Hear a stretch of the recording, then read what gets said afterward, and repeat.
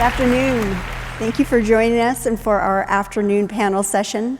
The title of our panel is Space Agency Coordination and how that benefits government and commercial space endeavors. And we're going to talk about a very specific type of agency coordination today, and the S&T Partnership Forum, the Science and Technology Partnership Forum. So I'd like to start out with telling you a little bit about the forum and this activity that we have amongst our interagency team, and then I'm going to introduce our interagency panel and the members of the team who participate in this forum. The S&T Partnership Forum was established in 2015, so we've been doing this for a few years now. And the three principal agencies that participate are NASA, the Space Force, and the National Reconnaissance Office. And we started this venture, this forum of activities in 2015 to figure out how we could coordinate activities amongst the interagency. How do we have dialogue with partners at other government space agencies to talk about emerging technologies? All of our agencies represented here have different mission sets, civil, military, intelligence, but the goal of having emerging technologies is all the same. We all need cross-cutting technologies for all of our mission sets. And so that offers us a really good opportunity to collaborate amongst the interagency. The way that our team works is that we have great folks at each agency, and we have principals at each agency. And so I'd like to introduce now our panel. We're going to start with Dr. Joel Mozer. He is the Space Force Chief Science Officer in Emeritus status. Welcome, Joel. Joel was a senior level executive serving as the U.S. Space Force Director of Science, Technology, and Research at the Pentagon. In that position, he served as the central lead for all science and technology matters for an organization that comprises approximately 1,600 space professionals worldwide, managing a global network of satellite command and control, communications, missile warning, and launch facilities. In this role, he developed long-term military requirements for the Space Force and interacted with other principals, operational commanders, combatant commands, acquisition, and international communities to address cross-organizational science and technical issues and solutions. Welcome, Joel. Thank you. I'd like to introduce A.C. Charania, NASA's Chief Technologist. A.C. serves as the principal advisor to NASA's administrator on technology policy and programs. He leads technology innovation at the agency and aligns NASA's agency-wide technology investments with mission needs across its 6 mission directorates. AC also oversees technology collaboration with other federal agencies and the private sector while coordinating with external stakeholders. Welcome, AC. For more detailed bios for Joel and AC, you can go into your app and take a look at all of the great and wonderful things that they have done and do currently. I'd like to introduce Dr. Mark Pankow, the Director of Technology Transfer for the National Reconnaissance Office. He received his BS in Mechanical Engineering from California Polytechnic State University and his MS and PhD from the University of Michigan.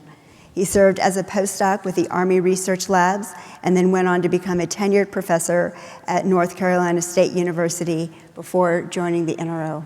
Welcome, Mark.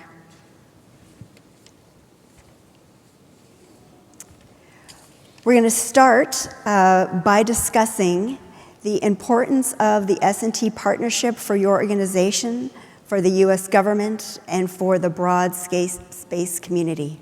Joel, over to you. Well, what Erica didn't say is I'm retired from my job as Chief Science Space Force, so now I'm the grizzled, cynical guy that gets to talk about how he really feels about these things. So sorry I didn't mention this to Erica earlier, but just imagine if in 2015 Congress passed a law that said we're going to create a new office, the Office of Interagency Science and Technology Collaboration, and gave it some mandate to work together within the industry, but told the different agencies to find the billets from their own manning and carve out a piece of their budget to make this happen. So what would happen if that were the case? The first thing that would happen is places like the Office of Space Commerce would change their name to get space out of the name so they wouldn't have to give up bodies and money. There would be this mass activity in trying to figure out, okay, what's our mission statement or our vision statement? We'd have this new meetings. The primary product of headquarters functions is meetings, right? That's certainly true in the Pentagon. So you'd have a lot of bureaucracy, and budgets would be diluted. There would be a lot of loss of autonomy and groupthink from the groups that were involved. Well, I can say none of that's happened with the S&T partnership because it's not a big, onerous, bureaucratic organization. It's really, the three of us plus other folks who are interested in the things that we do from across the interagency, getting together, having frank conversations about what we're doing.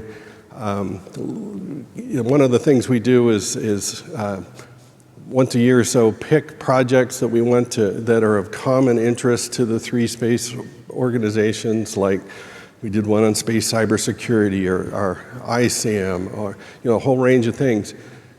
So that has a couple of benefits. First of all, it exposes the agencies to the work that other folks are doing. But for us that lead that, it allows us to actually dabble in actual technology and really get our fingers into the details of how the organization should work together, where we should be going, and then in turn advise our leaders. So I think there's been great advantage, certainly from the Space Force perspective and the Air Force for doing that, for educating us, educating our leadership, providing great examples where we need to work together.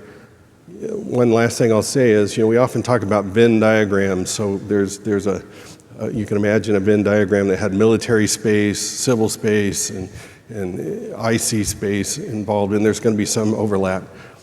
I'm actually interested in the places that we don't overlap. So sometimes by getting together and talking about the science and technology we do, we can carve out the areas that we're going to take on and we're going to be responsible for, and the other agencies will be dependent on that, because the true measure of any kind of partnership is that we rely on the partner to provide some aspect of something that we can't do ourselves. So I think there's been a lot of benefits across the board.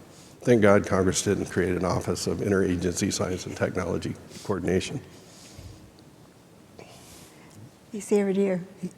Yeah, I think, once again, we represent the S&T Forum, but I think there are people that really support us, and Erica and the team of deputies that support all of us on stage should be given commendations for supporting and keeping the S&T partnerships going since 2015.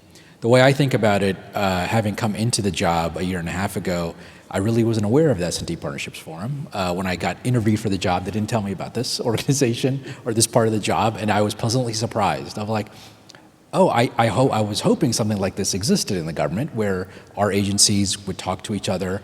And I look at us as more technology strategists for our respective organizations at a senior level. So there are, true senior leaders like Bill Nelson, Pam Melroy, Jim Free from our perspective, or your senior leaders do meet at summits, and our lower level subject matter experts talk to each other a lot. But then we kind of bridge that gap in kind of the more strategic level.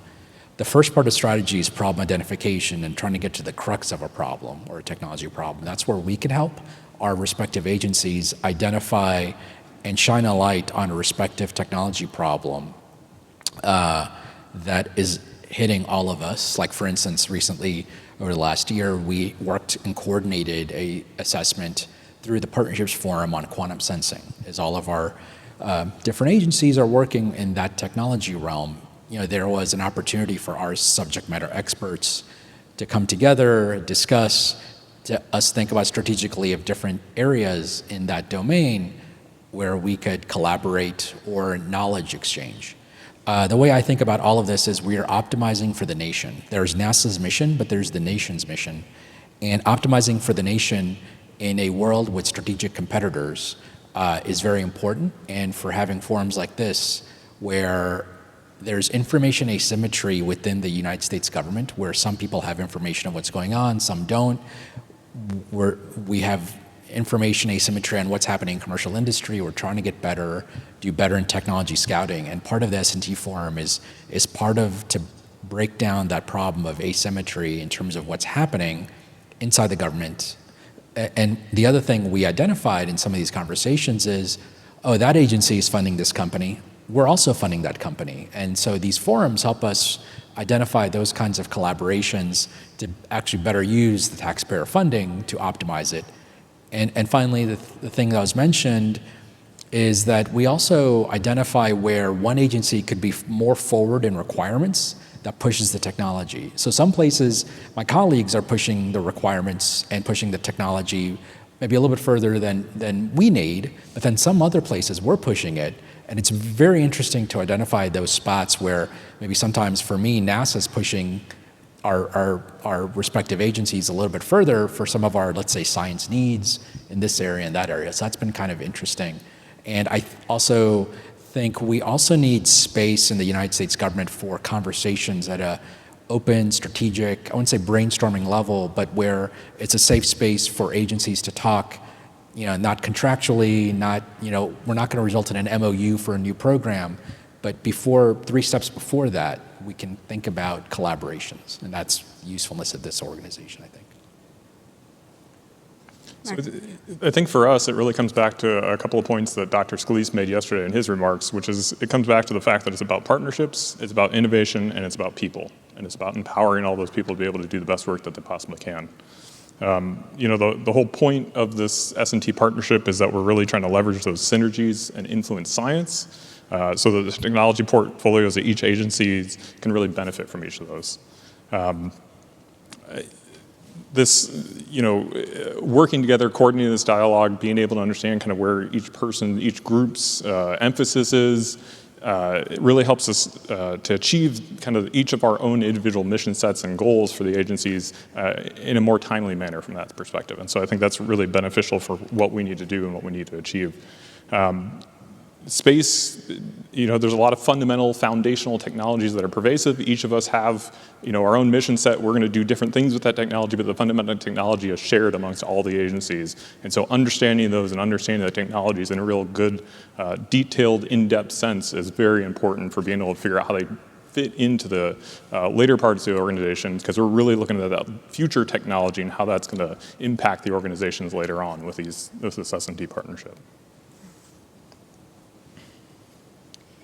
Something that you've heard us all say here is strategic and those long-term views. When you can share that information and talk with other agencies solving the same challenges, it's very beneficial.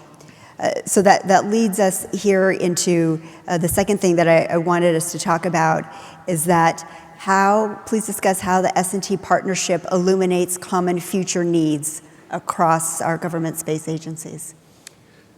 Yeah, that's actually huge. So let me tell a little bit of a story. So my father in the 1970s worked on inertial guidance systems for aircraft and missiles. In that time, they were developing the GPS system for military purposes. It was to replace the aging hardware and take advantage of this new technology. But it was specific for military hardware. And then many of you know the story. In 1983, the Soviets shot down a Korean Airlines Flight 007 flying over their airspace, and so that triggered President Reagan at the time to say, we're going to open up GPS to civilian use, because the Department of Transportation had argued that it could increase safety. So that was and I grew up in this area. That's when I started hearing about this interagency cooperation between the two agencies. That just think what GPS has turned in today, all the things that it does well beyond the military. Well, fast forward till the time this S&T partnership was developed, and around 2015, 2016, the big thing for the Space Force at the time was, there's this narrative we tell in the Space Force that during the first Gulf War, we demonstrated the use of GPS and precision-guided munitions, and it was a great success. But now, at that time, we had ignored the resilience of our systems. We realized the rest of the world had been looking at how much we depended on space and our space capabilities and looked for ways to hold us at risk. And so we realized that our systems weren't resilient, we weren't able to defend them, and that became a very expensive, desperate fix. And so space resilience was a big thing that we had to work on, and that came up in many of our conversations early on in the S&T partnership. The point is that anticipating the impact of technology is very difficult. You can't, the future is just unknowable in terms of what technology is going to do. So this partnership, and it's never going to be limited to a military or a civil space or an intelligence. It's going to be what are the environment, the strategic conditions that are going to prevail in the future that we need to be paying attention to now so we can invest in the science and technology that might take 10 or 20 years to get there. So we, under the auspices of this partnership, started something called the Space Futures Workshop, and we set our vision way out to the year 2060. So this was back in 2019 that we started this, so we were looking 41 years in advance. And we looked at things like, what is the space economy? What could it be in 2060? Could it be huge? Could it be roughly the size it is today? We looked at how many people would live and work in space. Is it going to be a handful of people on one or two space stations, or is it going to be tens of thousands of people living in space? And then we looked at leadership in space. Is this going to be a liberal world order kind of rules-based leadership, or is it going to be a more authoritarian kind of leadership? But we were able to paint the picture of a whole lot of scenarios of the future. We don't know what the future is going to look like, but by at least looking at the range of futures, we're able to make some strategic decisions amongst the interagency on where we want to invest so that we can be in the more positive futures that we want and move us away from the negative ones. So the partnership was very valuable. It was certainly valuable to me in the Space Force for helping to paint that picture and how we would work together and invest in the future. The other thing for me with this forum is I view myself as an ambassador of our kind of technology strategy and initiatives at NASA to this forum and bringing the perspective of that. So for instance, our space technology mission director recently embarked several months ago on a technology shortfalls process, and helping to fill in some of the gaps or information of that process or how other government agencies could look at that process and how we're using it or how we're thinking strategically about tech investments in the directorates, one directorate and another and another. So there's like that kind of technology ambassadorship that I view. Like I said, our SMEs are talking to each other all over the place. There are people from some agencies at centers and this and that, and TIM's always going on. But I think us saying, hey, this is how we're thinking about large language models. How are you thinking about it? This is how we're thinking about model-based systems engineering. How are you thinking about it? Oh, you've got this going on. Oh, you're funding this academic institute. We're funding this other academic institute. And, bringing information of tech investment that other parts of our agency that are involved in execution of tech maturation are doing, so we know about it. And then maybe early stage, lower technology readiness level initiatives, collaborations. Hey, we're going to these sets of universities here. Oh, we're going to these sets of universities there for this. And I value some of those conversations as we're exchanging kind of information of how we're leveraging our technology ecosystem, both on the companies, and then also the academic potential. Not speaking for you, but you've done a great job in some of the university partnerships you started over the last year, last few years. And so, I look at that and like, how can we leverage some of that in those same universities that our researchers are working with? So that information exchange, I think, is valuable. So. So I think from a standpoint of looking at how this S&T partnership really benefits all the organizations, we all have very different mission sets in what we're trying to accomplish, and this forum has really helped us facilitate a dialogue between all of us to really understand kind of what those, how each agency is looking at different things, what are the different science and technology issues that we're all facing, if there's common ones, if there's different ones, if there's unique things to each agency that the other agencies can actually help support in some of those needs. This has really been done through various different targeted, assessments. We've done different evaluations. We've actually even gone to the point of trying to actually do experiments where we can work on things and actually do demos of things to be able to prove out to all the agencies that these things really work. It's hard to believe that it's been 9 years, almost 10 years that we've been doing this. If you think about in the last 5 years, some of the things that we've accomplished, some of the things we've been working on are really future looking, and they're things that are now very important that everybody's talking about now, but we started looking at these 5 years ago. And some of those are, we were working on one called Space Trusted Autonomy. We also worked on some radiation hardened space microelectronics.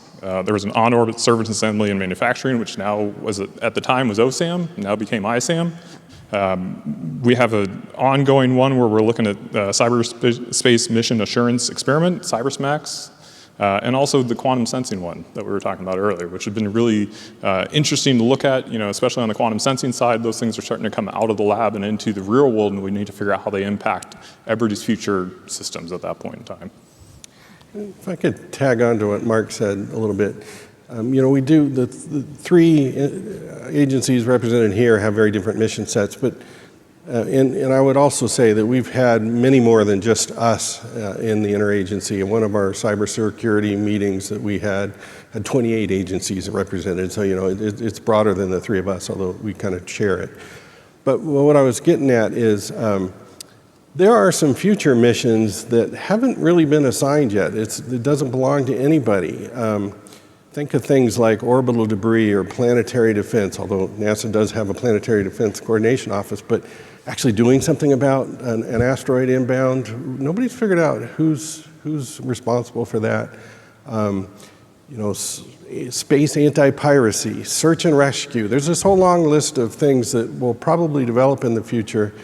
And again, they're not really assigned to current agencies in the government to deal with, so it's sort of a catch-as-catch-all. And the value of the partnership, one of the values of the partnership, is we can think about those kind of things outside of our given mission, but try to progress the science and technology that would lead us to it as sort of a community service to the space community that's eventually going to have to figure this out. So hopefully, by the time a decision is made of who's going to own those missions, we will have some technical basis behind it. So. Yeah, that's a really good point. The work that we do is multifaceted. Sometimes it's experimentation, sometimes it's dialogue exchange, but all of it provides the information that we need. Also, you heard a variety of topics mentioned that Mark mentioned, some of the topics that we have tackled over the years. It also can be topical based if there's a particular area of interest that has been identified or not yet identified, as Joel just mentioned. I want to move us into sharing some of the highlights. So to get into some of those areas, let's talk about some of the highlights that our S&T partnership activities have given us and to the community, back into academia, into commercial, and then in our entire enterprise of space. And then talk about, please, how those outputs are used to help shape your organization. Yeah, so it seems like an amazingly long list of things that the S&T partnership has looked at since I've been involved, but one that Erica led, she's being modest, is around ISAM. In the early days of thinking about what we would do for in-space servicing, assembly, and manufacturing, the Space Force was probably, or the Air Force at the time, was probably the most reluctant because we like to stuff things into rocket fairings and have them unfold and deploy. We don't want to assemble anything and we don't manufacture anything. But having this partnership actually go through and crosswalk the technologies that are actually needed, the real requirements that are done, was valuable because it showed, well, maybe there are some technologies that we need to push that would benefit the Space Force that we weren't thinking about before. For example, to be able to test things in an environment, space environment, using some sort of a large structure in low Earth orbit. These were things. So that's just one example. We did a lot of stuff in cybersecurity and trusted autonomy. Sometimes it was a crosswalk of budgets to see where the gaps were. Sometimes it's a study to just think about what the issues are so that we could write a report and present it to our leadership. That was a valuable thing. Sometimes it's actual technology demonstrations. We did some cyber space mission assurance work recently that actually was no kidding demonstrations and maturation of concepts and hardware. So sometimes it's that too. So, it kind of runs the gamut of what can be done. And that's, again, one of the values of having a loose partnership like this. It's not rigid, it's not stuck in one mode, and we're able to explore a lot of different areas. I think I look, as I was telling Erica, there's actually a written charter for this organization. I reread it this morning. I think it has probably 6 or 7 words that I think synthesize what this group is. It's like an informal body to leverage synergies to influence portfolios. It's like bumper sticker probably. It's a longer bumper sticker. But the thing our office sometimes does in the Office of Technology Policy and Strategy that Erica and I reside in, one of the things we do that I've noticed in the year and a half being at the agency is convene experts, convene parts of the agency, parts of NASA together. And I also view the S&T Partnerships Forum as a mega version of that, where we convene our subject matter experts, convene our technologists. My experience with S&T Forum most directly over the year and a half has been in the quantum sensing interagency study that we did, and kudos to our respective project managers from each of the organizations that worked on that.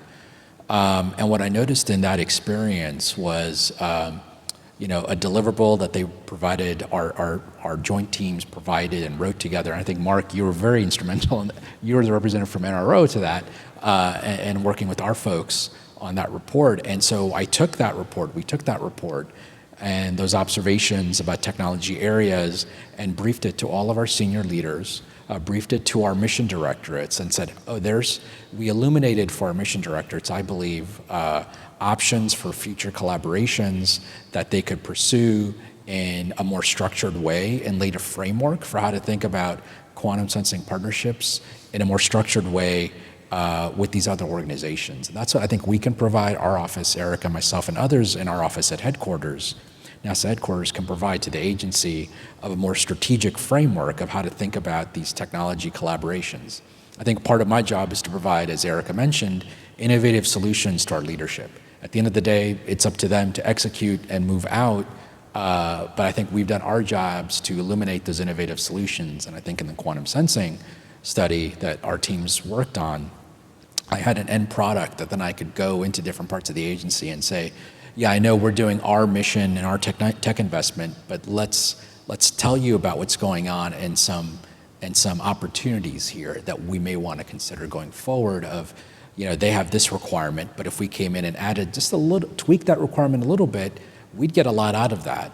Or, and is that something you want to investigate? And particularly 2 or 3 specific examples in quantum sensing was, in workshops we had, I mentioned to our SMEs from all sides, hey, maybe we should be on each other's review boards, and some of them had done that, but I think that was like a kind of realization, we may not be able to exchange money right now. Some ways we do, some ways we don't, but we can provide subject matter experts in our review boards. And I thought that was really cool to notice that. And then also the recognition, there are other government agencies not in the room that we could also bring into this conversation, and folks are thinking about that too. So I thought that's where OTPS and then our S&T Forum generally kind of helped our community come together as part of the study, and that we had a good end product that I could socialize within the agency to our technical leadership with innovative options. So I think I valued that in the quantum sensing example. Mm-hmm.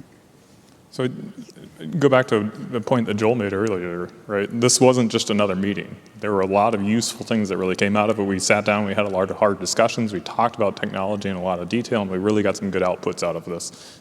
Everything we've done, all the various different studies we've looked at, we've always found something useful. We've always gotten to a point where we actually got a good product out of the end so that we could actually make some decisions and figure out where organizations needed to go. And I think that's been the reason that this has endured and this has really continued to move forward, because there's a lot of value that we all see from each of the different agencies coming back out of it. Right, a couple of examples on the CyberSnacks demo that I mentioned earlier, a cyberspace mission assurance experiment. We've been going through and doing some tests. We've identified 2 promising candidate technologies to look at further evaluation, and been trying to figure out how to mature those technologies. The CyberSnacks demo will result in recommendations for the values of the technologies, lessons learned, to propose next steps on where we can actually go with these different things. We looked early on at some of those contributions. They've helped, some of the different things that we've done have helped position us early so that we really understand where the technology is as different things come out, so that we can contribute to the national space priority assessments. We did a lot early on the OSAM side of things, so we were well positioned when the White House decided to go through and do something in terms of national strategy. We kind of understood what that was going to be and where it was and what all those technologies were and how hard that was actually going to be. There was also the Space Trusted Autonomy effort that we did, and that actually has an enduring thing to this day, where we have a seminar series that still brings all those people together and all the new people that join the organizations to understand kind of what those commonalities are there, what the issues are, and we have a good open forum where everyone within the government space can really speak to each other and discuss where they think things are going, what the issues that we see are, and how we can potentially work together to solve those issues, because we have commonality there. Another one that has been really interesting is the Space Information Sharing and Analysis Center, or Space ISAC, and I'm going to actually hand it over to Joel to talk a little bit more about that. Yeah, this goes back to the earlier days of the partnership, but we were doing space cybersecurity, and actually largely led by NASA at the time. Faith Chandler at NASA was really pushing the need for concentration on cybersecurity in space, whether it's inner space, ground-to-space links, and ground networks. And so together, we as a partnership came together and went to the White House and convinced them that they needed to put a demand signal out to create one of these critical infrastructure information sharing and analysis centers. So we went to the board of ISACs and said, you need to have one of these for space. There's aviation SACs and electricity. There's all sorts of them. And we created it. And that's not a government organization. That's an organization that's a public-private partnership. It's commercial members join, and the Space ISAC has a watch cell in Colorado Springs where they're looking for threats to space, and they disseminate information to their members. I just learned at this meeting that United States Space Command is actually putting some personnel in that watch center to increase the flow of information. All of this was started by the three of us thinking about some needs in space, so that's a huge success of this partnership. Yeah. Community of practices. This is something, Mark, that you mentioned. I just wanted to pull on that for a minute. We've got community of practices that develop inside our government agencies to continue dialogue. Then you know who you need to go to when you want to ask a question. But that community of practice also spills out, of course, because it's academia, it's the commercial sector, because that's all the whole space enterprise. And we learn who to ask questions of and how do we further our technologies in the ways that we need to. We are all drawing from the same tech base in the US, in the same academic organizations, and we work with the same folks. So it's a very good way to develop healthy relationships amongst the community. And I wanted to put that in there as a real benefit, I think, that we see from the work that we do. I want to kick it back over for some additional thoughts that you have about our work. Well, I have some, no shortage of thoughts. So as I'm on my way out, I have some advice to give to my colleagues up here and to my successor, Dr. Stacy Williams, who's taking over as the Chief Science Officer of Space Force, that there's huge value in this partnership as we've described, but I have some advice to all of you going forward. One piece of it is there's a huge opportunity for workforce in this, and we need the STEM and the associated workforce to be the future of space, and I think this partnership could help with that. Things like, we all have intern programs. What would be how amazing would it be if an intern came and they went to the NRO for a year one summer, and the next summer they went to NASA, and then they came to DOD? That would be a valuable person. Maybe they could spend some time in commercial industry at the same time. So that's one thing. Another one, and I think we do this already, is this has got to be more than just about our individual agencies. When you think about great power competition and national stature, it's not just military or civil space. We all have roles in this that are greater than the sum of the parts. So the work that the S&T partnership should think about the all instruments of national power. The NASA has a diplomatic role. Think of Artemis Accords and human space flight. They also have an economic role in stimulating commerce. Obviously, intelligence community has an informational role. The Space Force has a military role. But roll all those things up, and what is it that we want the nation to do and be and aspire to in space? And I think this partnership can help illuminate some of those things. So that's the second thing. In just following on that, use the platforms that we have at our agencies in this partnership to affect change at the higher levels. One of the values of this to the Space Force is the activities that come out of this. We get to brief up to the Chief of Space Operations, and then he gets to testify to Congress annually. Same thing happens at the other organizations. So we should provide critical input to that, and we do, and we have in the past. So this is an organization that can really affect the way that the U.S. government thinks about space and changes things. So think big. Yeah, I think, once again, an analogy I use in my job is I've got a light and I can flash it for particular problems and elevate that. And to the earlier point, I think the S&T Forum also has an even bigger flashlight for the entire nation to spotlight problems, issues, emerging technology issues elevated to senior leaders. So for instance, when we finish the quantum sensing report, as we do with many of our reports and analyses in OTPS, we brief our Deputy NASA Administrator, Pam Melroy, and we briefed her on the conclusions, the results, the process, and had a good conversation about next steps and things we want to consider. And to the earlier point, that helps inform our senior leadership of this technology area.